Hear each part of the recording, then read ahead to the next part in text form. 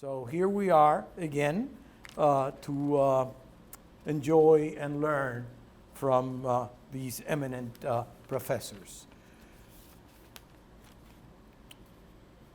Alejandro Anreus really does not need much of an introduction, but for those very few of you who don't know who he is, he received his Bachelor in Art History from Kean College in 1984, and his Master's and PhD in Art History at the University of New York.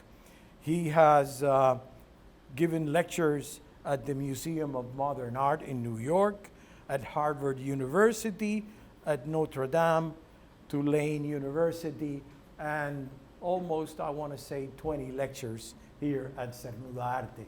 We're honored to have him here today.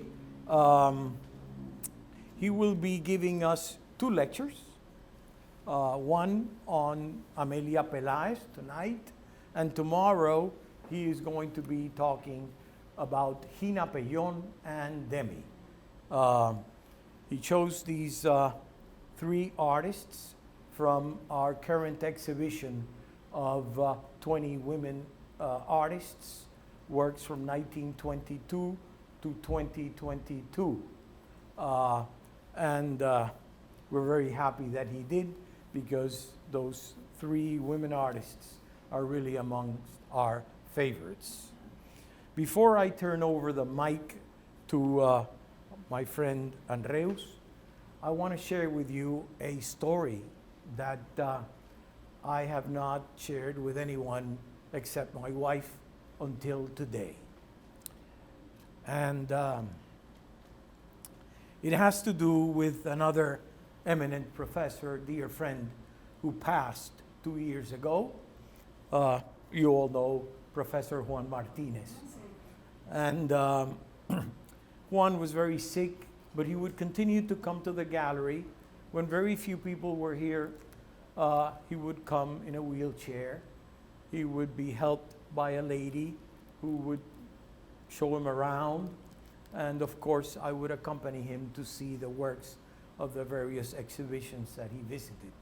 And once, towards the end of his life, possibly his last visit to the gallery, I was moved by the circumstances, and he was very fragile. The end appeared to be near, and I kneeled and told him, Juan, what are we going to do without you? Who is going to continue what you've been doing so well for so many years? And then he asked me to get closer, and he said, don't worry, Ramon, we still have Alejandro Anreus. I had not shared that story with anyone except my wife until today. I told Alejandro, and we were both very moved. So I don't want to continue. Let's hear it from Alejandro Anreus. Thank you.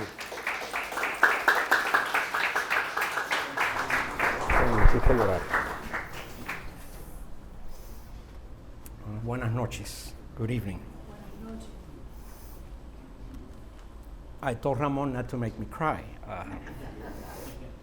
And actually going to make me cry because you took my lecture with you. I want to steal it. Thank you. Okay. For me, as for Ramon, Juan was un hermano. So I miss him dearly.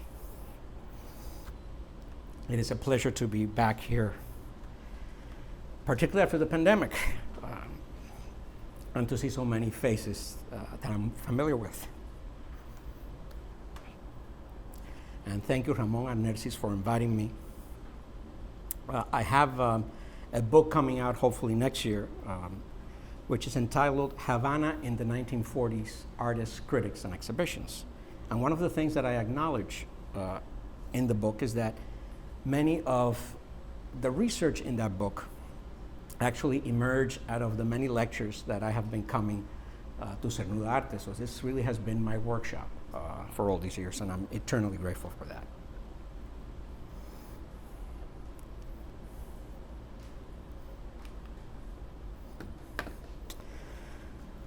So let's begin. What more can be said about Amelia Peláez?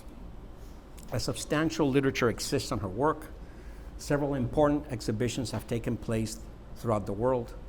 A very significant one took place in 2013 here in Miami at the PAM, focused on her connections with the tradition of craft. And in the next couple of years, we can expect Ingrid Elliott's important book on the artist. My task tonight is to place her in context, to share an overview of her work, and perhaps add a couple of new ideas to the discussion. And since Ramon brought up our dear friend Juan Martinez, I will tell you a little story before we get into Amelia. In 2002, Juan and I organized the first panel dealing with Latin American art at the Art History Association of British Art Historians in Liverpool. We had a really marvelous experience. And of course, after the different panels, we felt very Liverpoolian, and we would go and have several glasses of ale. We went down Penny Lane and sang with our heavy Cuban accents in memory of the Beatles. And in one of those times that we were at a local pub drinking, Juan and I decided that the Mexicans in their art history always refer to los tres grandes, right? Orozco, Siqueiros, and Rivera. And full disclosure, my dissertation is on Orozco as well as my first book, so no one can accuse me of being anti-Mexican. But Juan and I decided that Cubans need to say that we have our own tres grandes, and they would be Ponce, Enriquez, and Amelia. So let's look at La Grande, Amelia Peláez.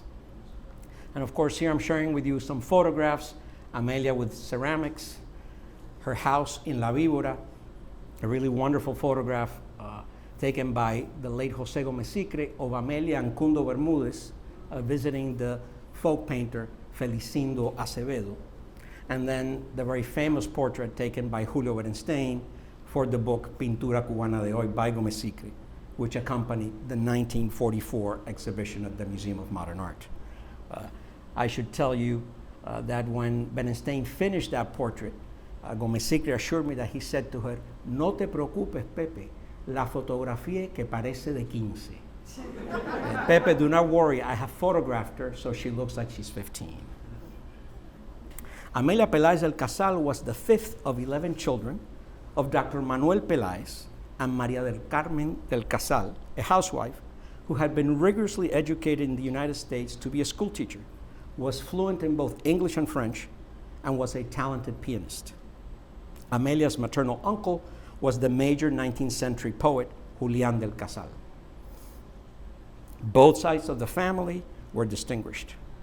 Amelia was born on January 5th, 1896, in the small town of Yaguajay, province of Las Villas.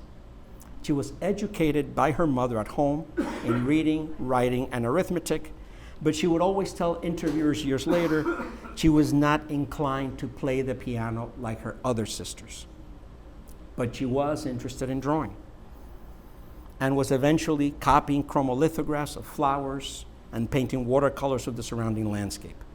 Young Amelia was encouraged in her painting by her relative, Magdalena Peñarronda, who visited it regularly and would bring a box of paints and a portable easel.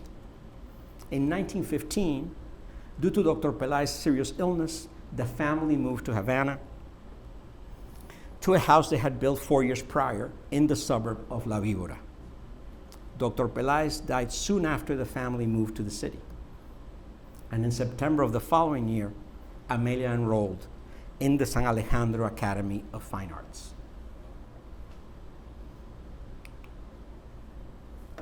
Here you have some other photos. A very interesting photo where she is with Carlos Enriquez in the foreground, and then very interestingly behind them, David Alfaro Siqueiros, the Mexican muralist.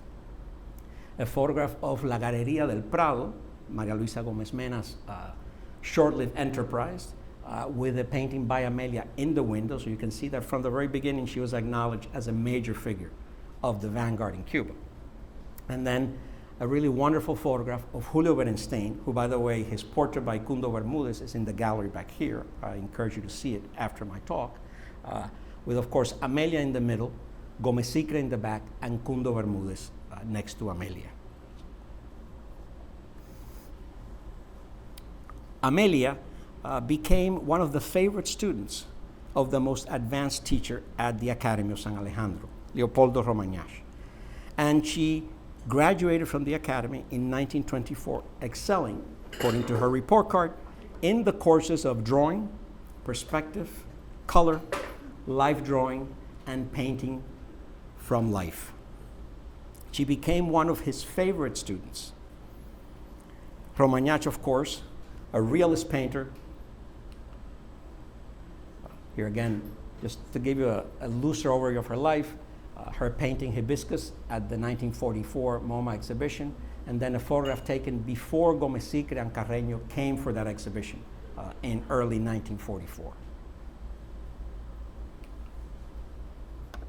So here, of course, examples of Romagnac and his two portraits of Amelia. Romagnac was a realist painter that reflected elements of Impressionism in his work, but more so of the Italian Macchiaioli. Although a traditionalist, Romagnac was open-minded and encouraged his students to find their way and study more contemporary movements. He did two portraits of Peláez, which you are seeing, while she was a student. And these capture her sober, commonsensical personality. During her last years at the school, Peláez would be a part of a small group of advanced students that Romagnac would take around Havana to paint landscapes. And these, of course, are present in this gallery space. The year of her graduation, Peláez exhibited her landscapes in a two-person exhibition with her fellow student, María Pepa Lamarque, at the Asociación de Pintores y Escultores. Afterwards, she continued her studies for 6 months at the Art Students League of New York, thanks to a travel grant from the Alumni Association of San Alejandro. In the city, she was able to study the works of European old masters at the Metropolitan Museum. And most significantly, she took life drawing courses with George Bridgman, who really revolutionized the teaching of life drawing in American art education. So you're looking at the tree and the cross on the left and large bridges on the right. The first one from 1925, the second from 26. These are early examples of Peláez's work after her graduation from San Alejandro. In the first, we see a tonalist landscape of a cemetery in silvery grays and olive greens with a variety of textures. The second landscape demonstrates a keen eye for color, and this one is right behind me, the original, as well as an emphasis in the structure of the buildings as the composition's anchor. Both pictures reflect a free, looser handling of paint. As we know, the 1920s is the period of the emergence of the vanguardias in Havana, the Grupo Minorista, the Revista de Avance, and the first exhibitions of the new art by Victor Manuel, Antonio Gatorno, Eduardo Abela, and others. In the spring of 1927, Peláez traveled to Paris with the assistance of a government grant for her to continue her art studies. And I think what's significant to understand here, both the scholarship for the summer study in New York and then a grant to go to Paris, is that this is the late 20s and she is a woman, right? So not only does it show you, on the one hand, her extraordinary talent, but also that for a so-called, and this is my perennial argument with my 32-year-old daughter, for a so-called machista culture, there was some room for educational and social mobility for women. She traveled to Paris accompanied by her friend, the future writer Lidia Cabrera, and the latter's mother. In the City of Light, the young women shared a studio and took life drawing classes at the Grand Chaumier, art history at the École du Louvre, and painting at the École des Beaux-Arts. We should remember that Cabrera's early training was in the visual arts before she decided her vocation for writing. In the summertime, they visited Spain, Italy, and Germany, as well as Czechoslovakia and Hungary.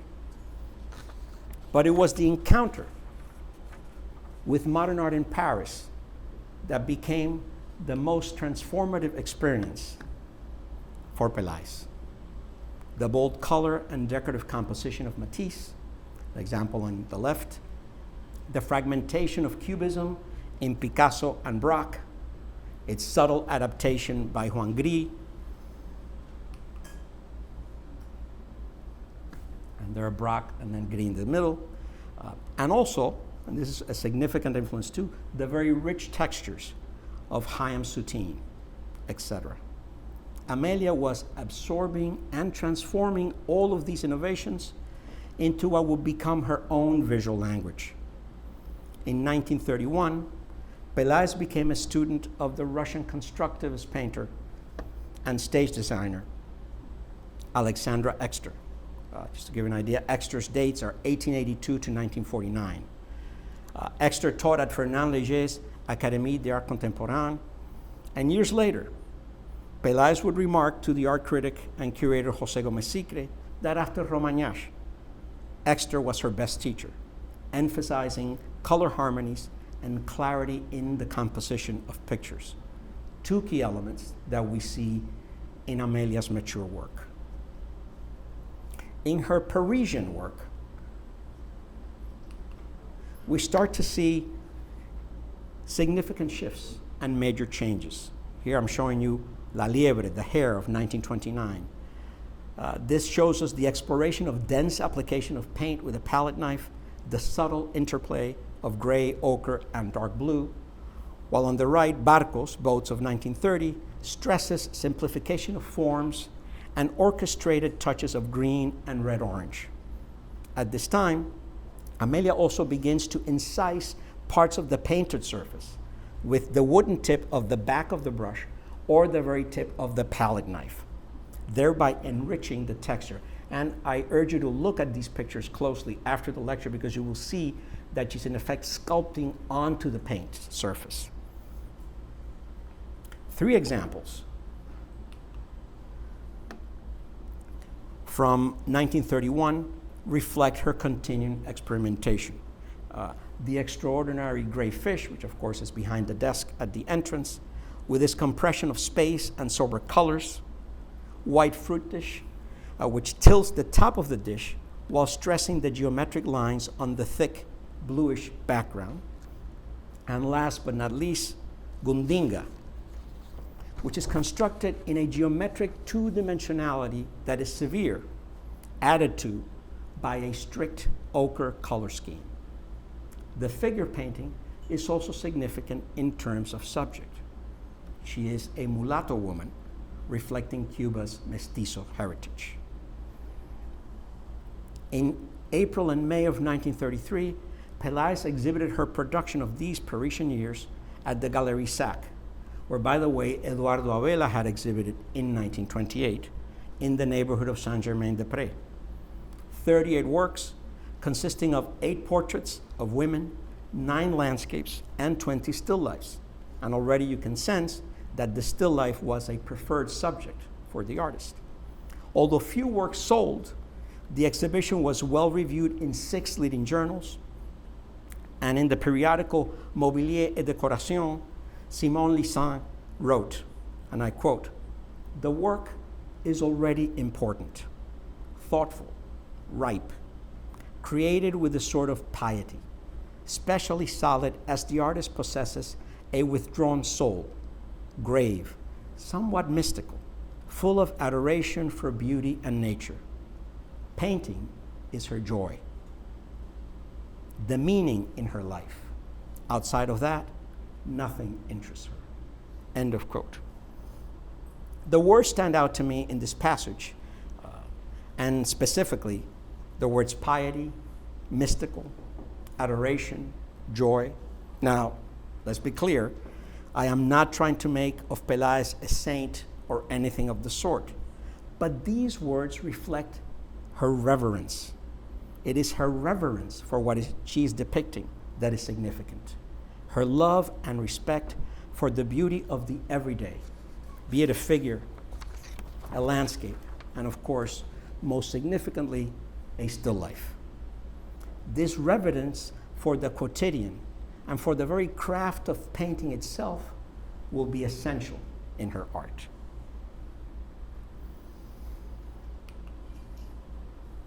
These are, of course, our interiors of her home in La Víbora. In 1934, at the age of 38, Amelia Peláez returned to Havana, Cuba. She brought home most of the paintings she had exhibited at the Galerie Sac. She would live and work the rest of her life in the family house in La Víbora. Her home and the surrounding environment, and you're seeing in these two photographs, right? The arabesque lines of the iron grillwork found in windows and balconies, the multicolored stained glass fanlight windows, in Spanish, obviously, medios puntos, the ceramic tile floors, the columns with decorated capitals, the native flowers and fruits, etc. These became the lifelong subjects of her art. Peláez would, to use the 1944 words of Alfred H. Barr Jr., take, in quotation, Cuban color, Cuban light, Cuban forms, and Cuban motifs, and assimilate them plastically and imaginatively instead of simply realistically depicting them. Some have written that Amelia developed a new world Baroque in the language of her pictures. And yes, there is that element, no doubt. But there is more than that. What there can be no doubt about is that Peláez celebrates national identity, lo cubano, while projecting its universality. Okay? And that's essential for these first and second generations of avant-garde artists. Constructing lo cubano while projecting its universality.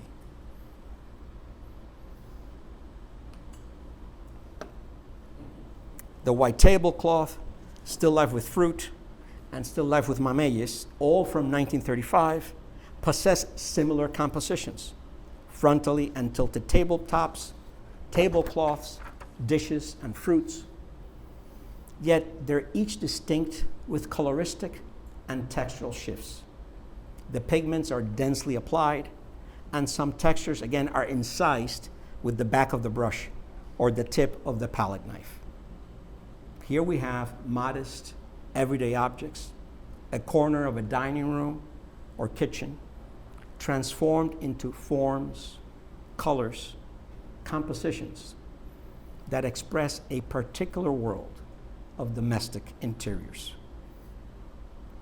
Drawing was very significant for Peláez throughout her career, but especially in the years 1935 and 37, she produced substantial amount of drawings in pencil as well as ink. Pay particular attention to the self-portrait on the right, also from 1935. These works define forms solidly with both delicate and heavy lines that are sinuous. In the marvelous self-portrait of 1935, Peláez depicts herself setting fruit on a table. Her strong hand has been placing the fruits. Her rotund body fits into the environment of plants, column, tile floor, curtains. The oval of her face is blank. She simultaneously avoids the illustrative self-portrait and represents herself in the surrounding elements of the room. Next to it, the 1936 painting Hibiscus, which was in the 44 MoMA show, announces the great colorist that Peláez will become by the end of the decade. The red hibiscus is considered a very feminine flower, usually given to or worn by women. It stands for delicate beauty, as well as the fleeting beauty of personal glory and fame.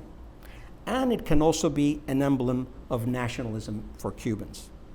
Clearly fascinated by the flower's shape and intense color, Peláez would paint the subject several times.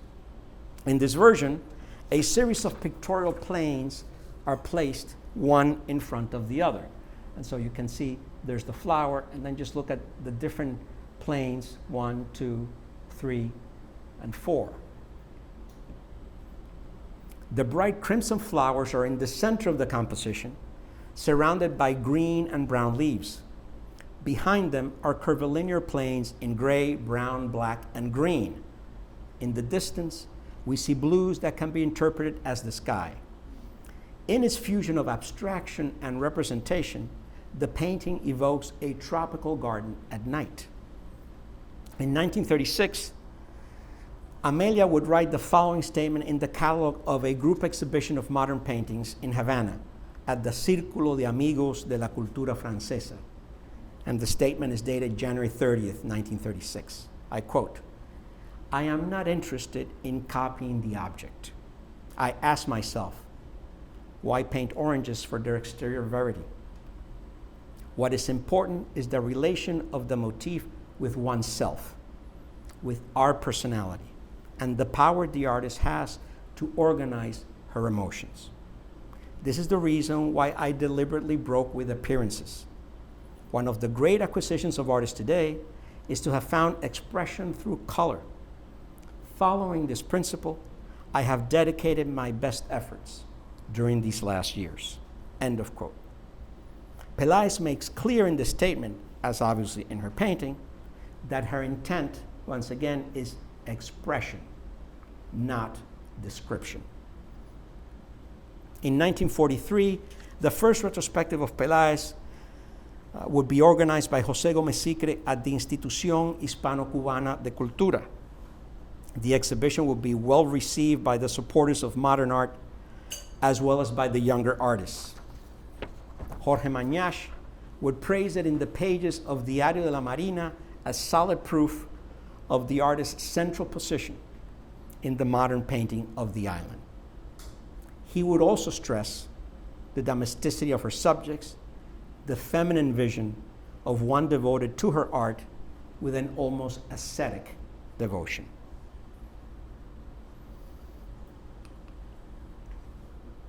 The 1940s bring forth Peláez's culmination as a colorist. She is, to use a great line by Pablo Neruda, en plenos poderes, right? She's in full powers. Still Life with Pitaya of 42, another version of Hibiscus. That version of Hibiscus, by the way, is in the collection of the Art Museum of the Americas in Washington, D.C., which is the museum connected to the Organization of American States. These works manifest rich, intense colors. They are examples of a sensuous monumentality where color defines the forms as luminous. These paintings both depict and reflect the stained glass fanlights and decorative iron grillwork of the interiors of traditional colonial Havana homes. Peláez shifts from the merely descriptive to the expressive, inventing a pictorial language that through paint uses color and texture, much like Cézanne or Braque or even Juan Gris, to construct shapes and define space. In the painting with the pitaya, the blues and the greens harmonize with the dark and pale purples. In the hibiscus, the lush color is held by a structure of arabesque geometry, consisting of both thin and thick lines. The decorative profusion of the lines is balanced by empty areas of blue and brown-red in the background and ceiling, while the red, orange, and yellow petals of the flower push against the blue and olive green passages. The composition is unified through the interplay of curves versus triangles, circles versus rhombuses. And while conventional three-dimensionality disappears, the multi-dimensional is embodied, like in Matisse, through the intensity of color and the elaborate linear patterns.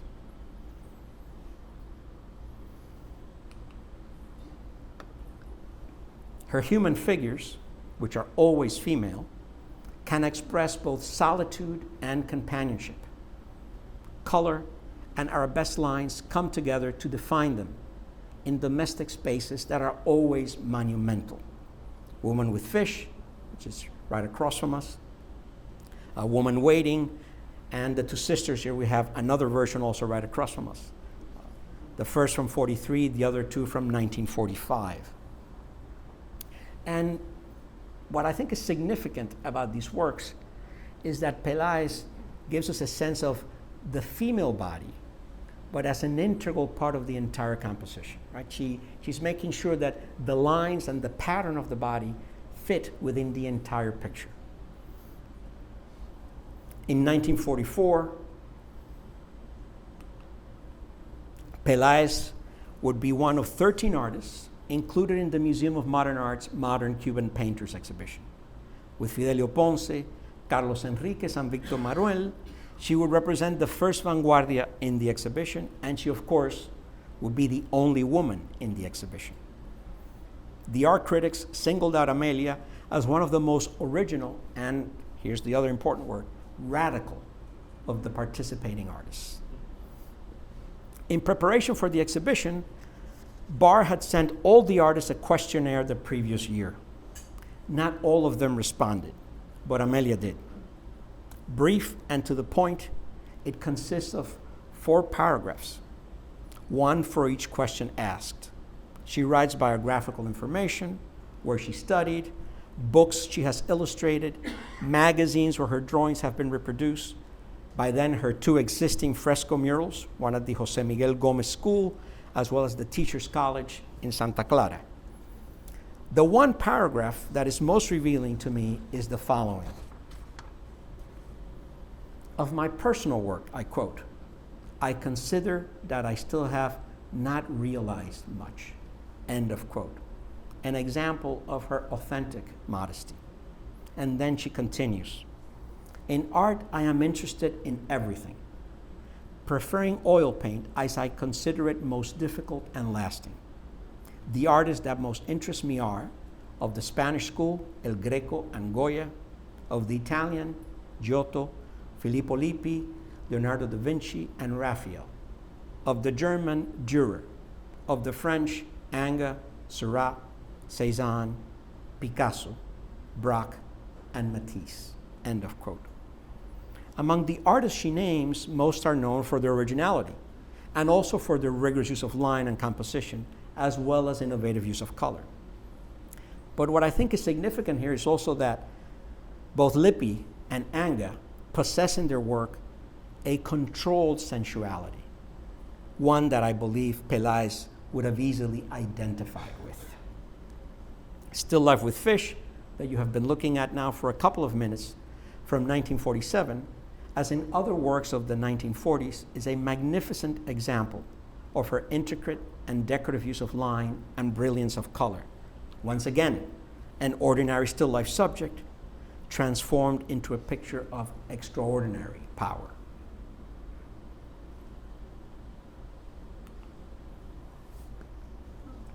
In the 1950s, Peláez took up ceramics, working at a pottery workshop founded in Santiago de Las Vegas by Dr. Juan Rodríguez de la Cruz. Now let's keep in mind that in France, Picasso had taken up ceramics in the late 1940s, so a lot of painters were experimenting with ceramics. So again, Amelia very much functioning in this larger sense of avant-garde experimentation.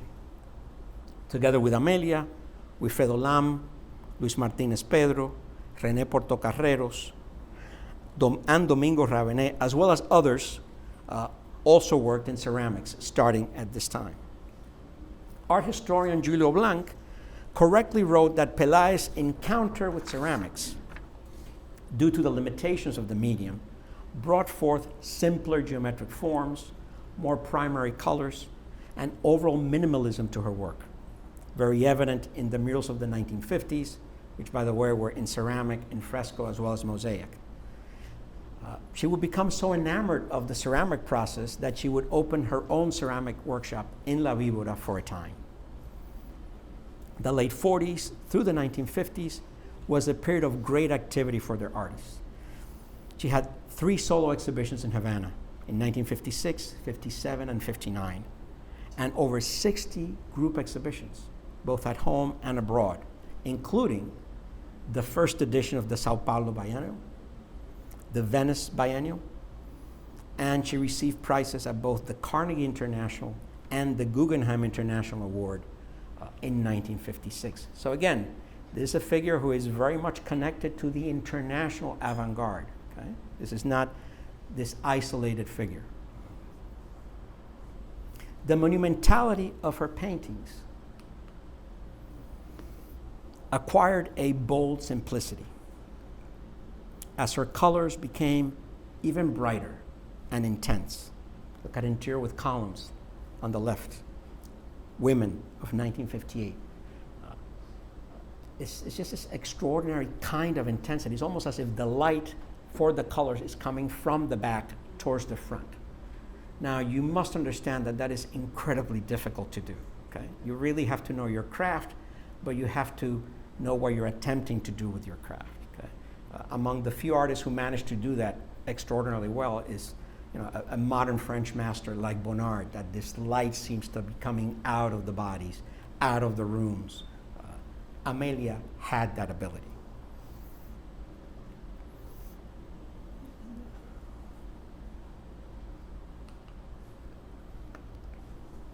She painted several works inspired by Manet's Olympia. Of course, here you have it on the left, where humor, and again, this is a very Cuban Olympia, pineapples mix with the traditional horizontal depiction of the nude. These works, and there are several of them, are celebrations of femininity, and of course, also her tongue-in-cheek homage to the history of art. Still Life with Mameyes of 1959, which, by the way, there's an early study, so you can also see this is an artist who thought of something in the 30s, did a study for it, and then she was constantly thinking about it for decades and did not actually do a painting of that initial idea until 1959, as you can see the image on the right. This is a symphonic arrangement of white, yellow, orange, and red. See how the curved and straight lines define the fruit, the table, the open window, and the fan light, with the strictly limited colors pushing and pulling the pictorial surface.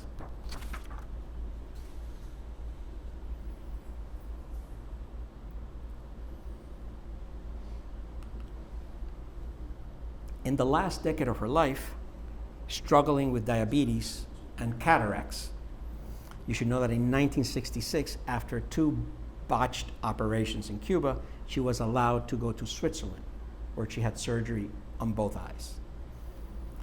Peláez continued to produce an art of extraordinary boldness. Fish, still life, incisive, solid lines, bright colors. And I think what's significant here is, I don't know how many of you are aware that obviously as time passes, we're all affected by the passage of time. I'm sure some of you remember that when I lectured here so many years ago, I wasn't wearing these guys, right?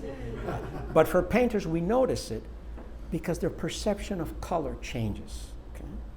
And in some cases, the color becomes more acidic. But that's not what happened to Amelia. Amelia's color continued to have this extraordinary brightness, only comparable to an artist like Henri Matisse, or another great American artist, the African-American collage artist, Romare Bearden. The colors continue to have this freshness, this brightness, that when you look at works like this, you have no idea what is the chronological age of the maker, because the colors have the brightness of a youthful talent, exploring it on a surface that is meant to, again, project light from the back to the front.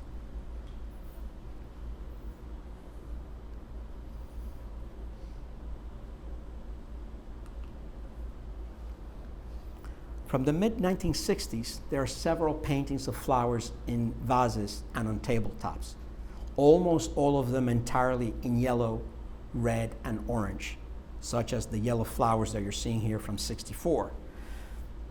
With the central motif, these can remind us of the works of the 1930s, but now the colors are much stronger and light is being emphasized, as if a brilliant streak of the sun at high noon has entered the room and illuminated the objects, as if the sun itself goes beyond the time of the scene that's being depicted. And I always think of a great line from a poem by Eliseo Diego: "En mi país la luz es mucho más que el tiempo." In my country, the light is much more than time. And I think a painting like that by Amelia very much shows you the both constructive and devouring power of light in defining shape, and space in the tropics.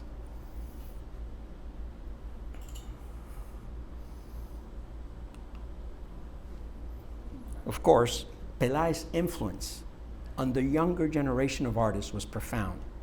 From second-generation vanguardia painters like René Portocarrero and Cundo Bermúdez, who acknowledged publicly the impact of her color, her line, and subjects on their own work.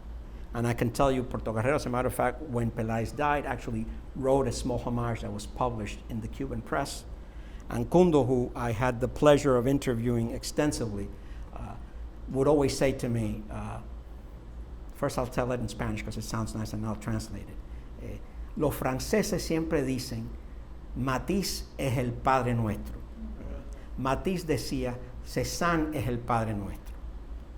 Bueno, los cubanos tenemos que decir que Amelia es la Madre Nuestra. The French always say Matisse is our father when it comes to painting, obviously. Matisse himself said Cézanne is our father, and then Cundo would add, but Cuban artists have to say Amelia is our mother. What's also significant is that the vanguardia that comes of age in the 1950s, who very much rejected, to a certain extent, the first and second vanguardia, the two artists that they continued to venerate and respect for the consistency and integrity of their style was Wilfredo Lam and Amelia Peláez. For them, her work was distinct and universal. Okay? Two important words.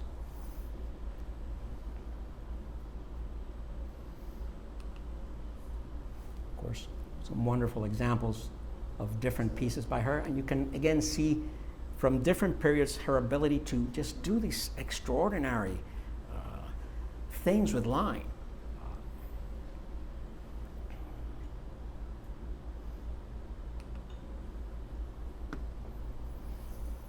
Peláez died on April 8, 1968.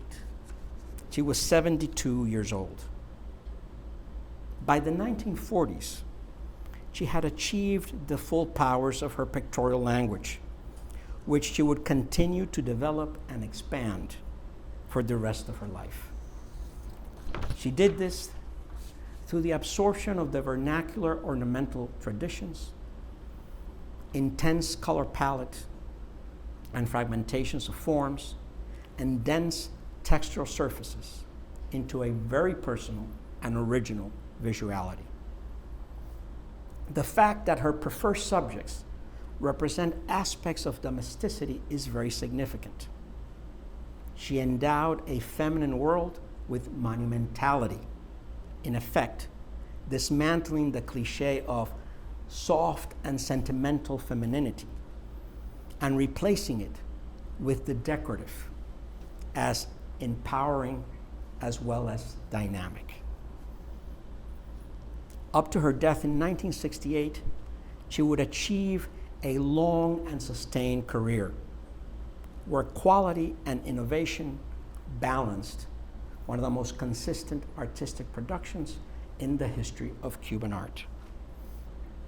I think of her work also in a larger hemispheric and international context, where she is simultaneously a profoundly Cuban artist who is also universal, very much in the company of her US contemporaries like Stuart Davis and Georgia O'Keeffe, artists who, like Amelia, transform modernity into a new world American language.